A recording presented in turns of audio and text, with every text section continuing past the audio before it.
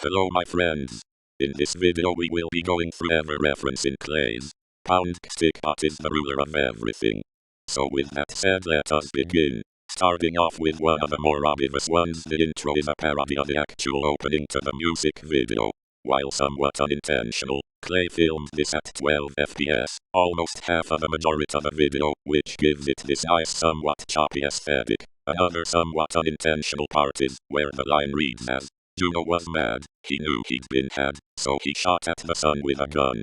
So we see Juno holding out a shotgun, and while cutting out the sun, Clay accidentally made a hole that looked like a shotgun blasted through it. In this line, in the town or the meadow. The town used is a set for one of Clay's upcoming projects, which will be a town. Yes, I know his facts suck LMO. After this we see a meadow, which is where I should start talking about how this was actually planned to come out very early in the year, like pre-Molotov. But due to procrastination and stuff it was pushed back until the contest was announced.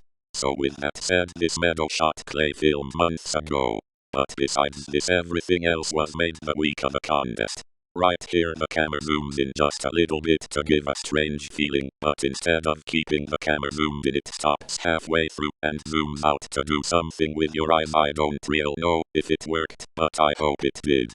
Yes, for those wondering, this is the tape from the Moonshine Off the Grid unboxing. I thought it would be a nice little addition to the scene. Going back just a little bit, we see a mechanical hand grab one of our protagonists, and then through the rest of the video we see that off screen he defeated him with a beam saber. Sticking to the protagonist, we can see he is dressed up as a basic version of the Tall Hall members.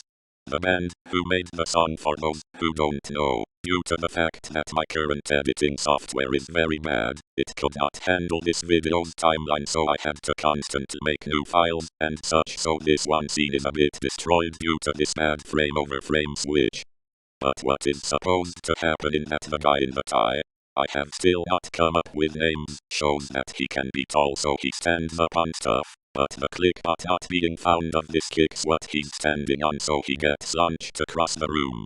This is one of my favorite parts, which I still do think could have come out a bit better. So when I was first working on the idea all those months ago, I came across was Topeng Productions' the ruler of everything. Which you can see was a huge inspiration for me, so I did the same Marshu concept, but I used Marsh's old video and made it look like the 1984 Apple ad.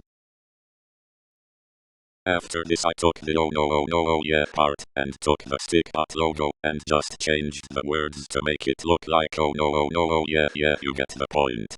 For this I added some custom filter thing, a 4:3 aspect ratio, and sped it up, and lowered the resolution to make it look a bit more like the art it came from. But it slowly stops almost one by one as my hand goes out of frame. The yardstick is meant to show how animators will sometimes use measurements like this to have a smooth walk cycle, but I guess you could say this walk cycle not being smooth counts as breaking the ruler of everything's laws. I don't know for sure, take it as you wish. This RAM scene is one of my favorites. I put it in somewhat as a joke to annoy computer people, because he's shoving a 16GB RAM stick into a DS Lite's GBS slot, if I'm not mistaken. While this I may seem a bit random, and it's a reference to one of my big inspirations of stop motion, Phil Tippett. He worked on tons of movies, such as the first two Star Wars, Starship Troopers, RoboCop, Jurassic Park, Indiana Jones, I Shrunk the Kids, and so much more. He mainly worked as a stop motion animator. And when I learned around 2016-2017 he was working on a film that was a mixture of stop motion and live action that was taking him 30 years, I was very excited.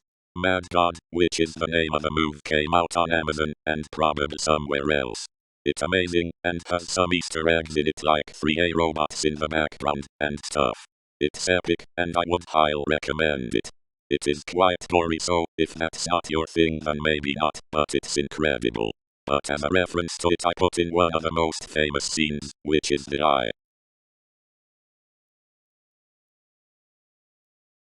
While on the subject of famous references, if we go back we can see a reference the Fabulous Secret Powers dub.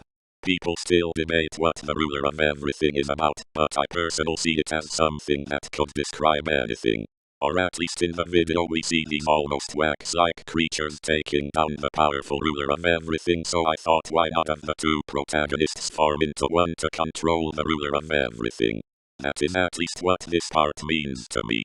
Once they form we get the stikbot's body, but with the characteristics of a stikbot. This includes the iconic black pants of the Town Hall members, and a not so well drawn tie to show that you don't have to go under the ruler's rules all the time. I did this partially because in this part in the song the two opposing voices become what seems to one. You understand mechanical hands, or the ruler of everything. Ruler of everything. I'm the ruler of everything in the end.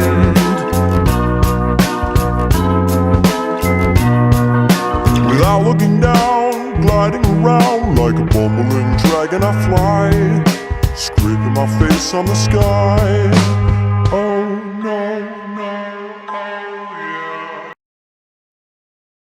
I don't really know how this goes into the lore LMO, but as it zooms in and out we see the ruler of everything pressing the picture button to take a frame for each part of the animation to the chime. I think that stop motion is very much a good way to show / explain the ruler of everything, so yeah. Thank you guys for watching, and I will see you in the next one. Bye.